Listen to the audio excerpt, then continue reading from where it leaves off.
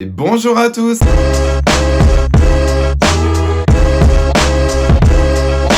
Premier instant mode sur YouTube, je suis vraiment super content de pouvoir passer sur la plateforme qu'est YouTube. Ça va vraiment pouvoir me permettre d'approfondir des sujets, de pouvoir faire des vidéos plus complètes sur des sujets.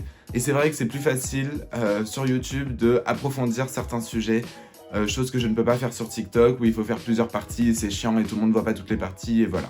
Avant que la vidéo commence, je t'invite à t'abonner, liker et partager cette vidéo. Tu peux aussi lâcher un commentaire pour me dire ce que t'en penses.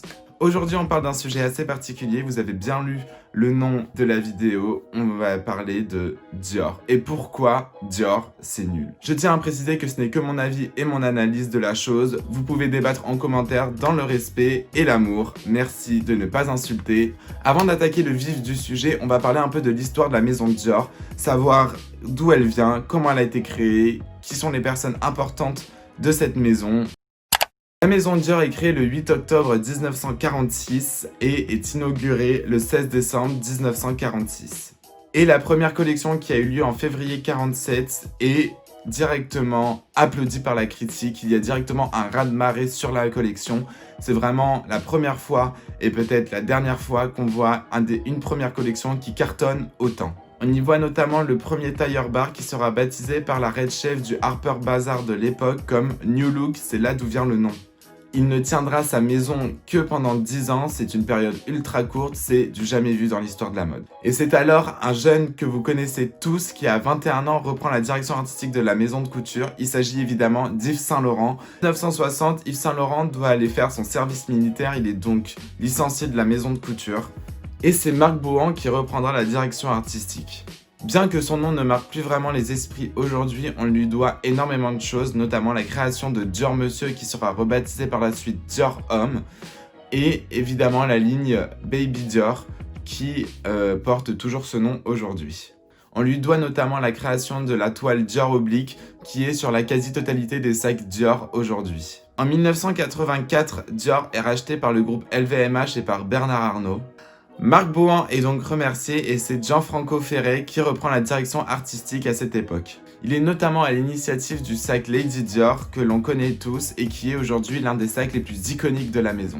Quelques années plus tard, il est remercié par la maison car il est considéré comme trop vieillot et ne correspond plus au style de l'époque. Et pour dépoussiérer la maison, on engage l'un des créateurs les plus connus de notre époque et peut-être l'un des plus scandaleux, à savoir John Galliano. Il reprend la direction artistique de Dior et fait de Dior la maison la plus théâtrale, la plus incroyable, la plus créative de Paris. Dior subira énormément de scandales, notamment à cause de la collection Clocharde. John Galliano est quelqu'un qui va toujours plus loin et à un moment il ira trop loin en prenant des propos antisémites et se verra licencié de la maison Dior.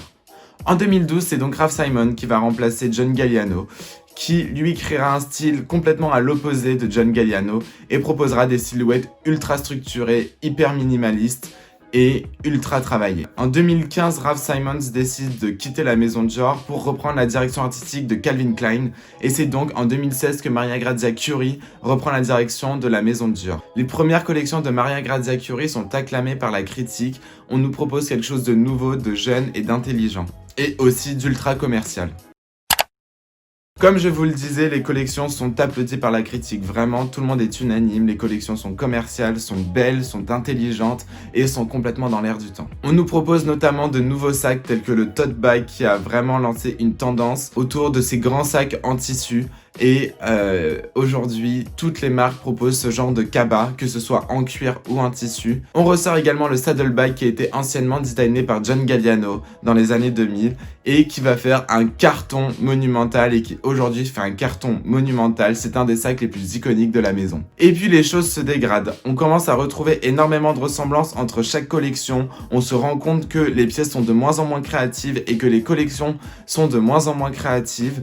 On nous propose des thèmes différents à chaque fois, des mises en scène différentes, mais globalement les silhouettes restent les mêmes. Aussi, on se rend compte de plusieurs choses et pour le coup ça ne reste que mon avis, je vous invite à me dire en commentaire ce que vous en pensez. Jusqu'à une collection qui fera pour ma part scandale car pour moi elle n'est juste pas tolérable. c'est la collection Célébration de la femme. Ce que je trouve problématique, c'est de capitaliser sur ces valeurs. D'autant plus que selon moi, Dior fait ce qu'on appelle du white feminism. Je vous mettrai la vidéo d'une youtubeuse qui s'appelle Derintia qui a fait. Mais pour vous la faire courte, c'est vraiment un féminisme qui est vraiment défendre les femmes blanches et la problématique des femmes blanches en France et dans le monde occidental, et ne pas parler des femmes afro-américaines, des femmes noires, des femmes musulmanes, des femmes voilées, etc. On se rappellera aussi des scandaleux t-shirts Dior où il y a écrit « Tout le monde est féministe », tout le monde est ci, tout le monde est ça, et qui était vendu 600 €, sachant qu'aucun bénéfice n'était reversé à des associations. C'est le même principe de capitalisation sur des sujets tendances tels que l'écologie également. On parle d'une marque de luxe qui capitalise sur l'écologie. Le but n'est pas de dire à tout le monde « Regardez, on est écologique, regardez, on est féminisme ». Le but, c'est de l'appliquer. C'est pas très luxe finalement de dire que « Regardez comment on est, regardez ci, regardez ça, achetez-nous parce qu'on est comme ça ». Le but, c'est pas ça. Le but, c'est de le faire parce que c'est normal. Il est normal d'avoir un comportement écologique aujourd'hui, en 2020. Il est normal d'avoir un comportement féministe aujourd'hui, en 2020. Ce n'est pas quelque chose de nouveau et c'est là où, pour moi, où est toute la problématique de cette direction artistique. On se rend compte aussi que la problématique de Dior, c'est évidemment cette créativité très faible. Notamment un sac décliné en plein de coloris différents, c'est toujours les mêmes sacs, aucun sac de saison, aucun sac n'est créé spécialement pour la saison, c'est constamment les mêmes sacs qui ressortent mais avec des coloris et des formes différentes. Jusqu'au jour où on touche le fond avec la pire collection croisière selon moi, à savoir la collection croisière de 2020 où on retrouve des robes identiques avec les mêmes patronages et seulement la couleur change.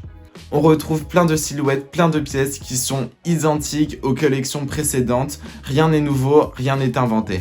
Finalement, Dior devient vraiment un espèce de Sandro haute couture. On comprend pas trop ce qui se passe. C'est juste une machine à fric sans image de marque et qui vend des sacs qui cartonnent, c'est tout.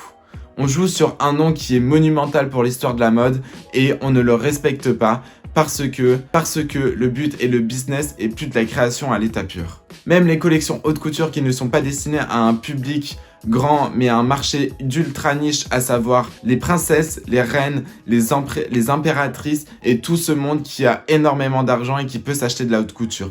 On nous présente des pièces qui n'ont aucun intérêt, qui sont fades et qui sont tristes. Le but de la haute couture est de complètement associer l'art à la mode, créer un design complètement nouveau, complètement créatif, qui n'est même pas portable dans la vie de tous les jours. C'est pas ce qu'on demande à une robe de haute couture et il est là le problème. Comme je le disais précédemment, on a laissé la création pour le business. Aujourd'hui, Dior est peut-être l'une des marques qui vend le plus de sacs. C'est une marque qui est ultra commerciale, qui cartonne et qui est ultra adorée par le grand public. Et même moi, combien même j'ai beau ne pas aimer la direction artistique de cette maison, je me suis déjà posé la question de si j'allais m'acheter un saddle bag, si j'allais m'acheter un tote bag ou si j'allais acheter un Lady Dior, parce que c'est des sacs qui sont complètement remis au goût du jour, qui sont complètement viables en termes de look et qui sont ultra tendance. Pour conclure, je dirais que finalement, Maria Grazia Chiuri n'est pas forcément une directrice artistique en tant que telle, mais plutôt une développeuse de produits. Elle est très très bonne dans les pièces commerciales, elle sait faire des pièces commerciales, il n'y a aucun doute là-dessus. Néanmoins, en termes de créativité et en termes de direction artistique à l'état pur, elle n'est pas bonne. Donc voilà, j'espère que cette vidéo vous aura plu, je vous retrouve très très vite pour une nouvelle vidéo. Ciao!